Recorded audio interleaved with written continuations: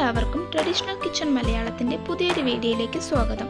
ഇന്ന് നമ്മൾ ഉണ്ടാക്കാൻ പോകുന്നത് നെത്തോലി പീര വറ്റിച്ചതാണ്. അപ്പോൾ നമുക്ക് വീഡിയോയിലേക്ക് കടക്കാം. ഇതിനായി നമ്മൾ എടുത്തു വെച്ചേക്കുന്നത് ഒരു മുറി തേങ്ങ ചിരവിയതും 5-6 ഇലിമ്പൻ പുളി, 2 തണ്ട് കറിവേപ്പില, ഒരു കഷ്ണം ഇഞ്ചി, 10ഓളം ചെറിയുള്ളി, 7-8 കാന്താരിമുളക്. അടുത്തതായി നമുക്ക് ഇതിലോട്ട് ആവശ്യമായ അരപ്പ് തയ്യാറാക്കിയെടുക്കാം. അതിനായിട്ട് തേങ്ങ ചിരവിയത്, കാന്താരിമുളക്, ചെറിയുള്ളി, ഇഞ്ചി ഇത്രയും ചേർത്ത് നമുക്കൊന്ന് ചതച്ചെടുക്കാം.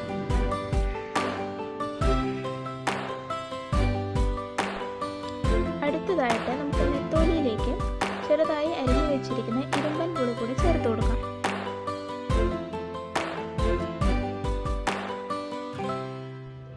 ഇതിലേക്ക് നമുക്ക് തയ്യാറാക്കി വെച്ചിരിക്കുന്ന അരപ്പ് കൂടെ ചേർത്ത് കൊടുക്കാം.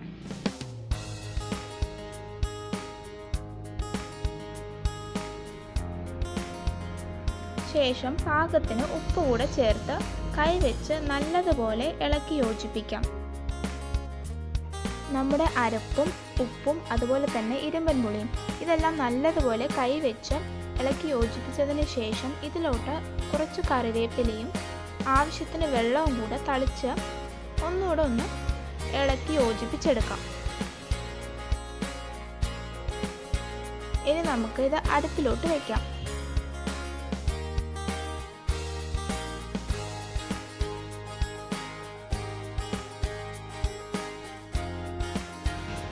ഇടയ്ക്ക് നമ്മൾ ഇതൊന്ന് ചെറുതായിട്ട് ഇളക്കി കൊടുക്കണം, അല്ലെങ്കിൽ അടിയിൽ പിടിക്കാൻ സാധ്യതയുണ്ട്.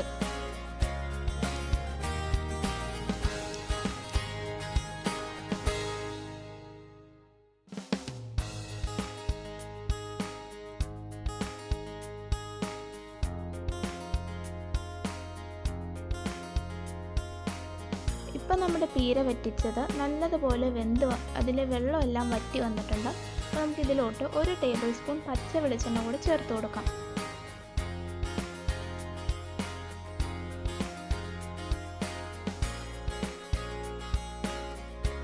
ഇവിടെ നെത്തോലി പീര വറ്റിച്ചത് റെഡി ആയിട്ടുണ്ട്. അപ്പോൾ എല്ലാവരും ഇത് ട്രൈ ചെയ്ത് നോക്കി നിങ്ങളുടെ ഫീഡ്ബാക്ക് കമൻറ്റ് സെക്ഷനിൽ അറിയിക്കണം.